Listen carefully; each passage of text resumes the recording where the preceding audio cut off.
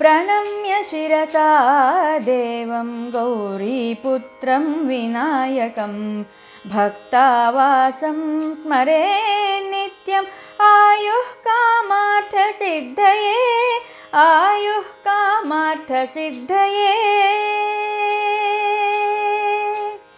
प्रथमं वक्रतुण्डं च एकदन्तं द्वितीयकं तृतीयं कृष्णपिङ्गाक्षं गजवक्त्रं चतुर्थकं लम्बोदरं पञ्चमं च षष्ठं विकटमेव च सप्तमं विघ्नराजं च धूम्रवर्णं तथाष्टमं नवमं फालचन्द्रं च दशमं तु विनायकम् एकादशं गणपतिं द्वादशं तु गजाननं द्वादशैतानि नामानि त्रिसन्ध्यं यः पठेन्नरः न च विघ्नभयं तस्य सर्वसिद्धिकरं भवेत्।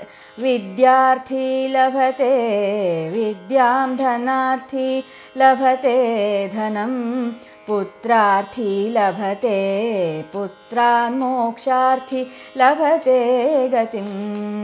जपेत् गणपतिस्तोत्रं षड्भिर्मासैः फलं लभेत् संवत्सरेण सिद्धिं च लभते नात्र संशयः।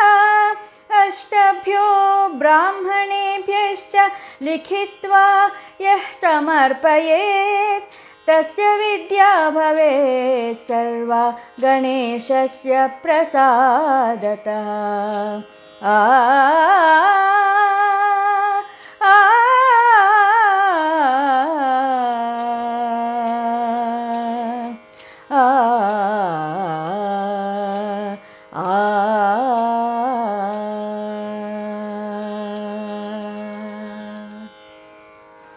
ಗಣೇಶನ ಈ 12 ನಾಮಗಳನ್ನು ಯಾರು ತ್ರಿಸಂಧ್ಯೆಯಲ್ಲಿ ಅಂದರೆ ಸೂರ್ಯೋದಯ ಸೂರ್ಯಾಸ್ತ ಮಧ್ಯಾಹ್ನದಲ್ಲಿ ಯಾರು ಪಠಿಸುತ್ತಾರೋ ಅವರ ವಿಘ್ನಭಯವು ನಿವಾರಣೆಯಾಗಿ ಸರ್ವಸಿದ್ಧಿಯಾಗುತ್ತದೆ. ವಿದ್ಯಾರ್ಥಿಗಳಿಗೆ ವಿದ್ಯೆಯು, ಧನಾರ್ಥಿಗಳಿಗೆ ಧನವು, ಪುತ್ರಾರ್ಥಿಗಳಿಗೆ ಸತ್ಸಂತಾನವು, ಮುಮುಕ್ಷುಗಳಿಗೆ ಸದ್ಗತಿಯೂ ಲಭಿಸುತ್ತದೆ. 6 ಮಾಸ ಇದನ್ನು ಜಪಿಸುವುದರಿಂದ ಈಪ್ಸಿತ ಫಲ ದೊರೆಯುತ್ತದೆ. ಸಂವತ್ಸರ ಪರ್ಯಂತ ಜಪಿಸುವುದರಿಂದ ಮಂತ್ರಸಿದ್ಧಿಯೇ ಆಗುತ್ತದೆ. 8 ಬ್ರಾಹ್ಮಣರಿಗೆ ಭೂರ್ಜಪತ್ರೆಯಲ್ಲಿ ಬರೆದು ಸಮರ್ಪಿಸುವುದರಿಂದ ಸರ್ವ ವಿದ್ಯಾ ಪಾರಂಗತರೂ ಆಗುತ್ತಾರೆ.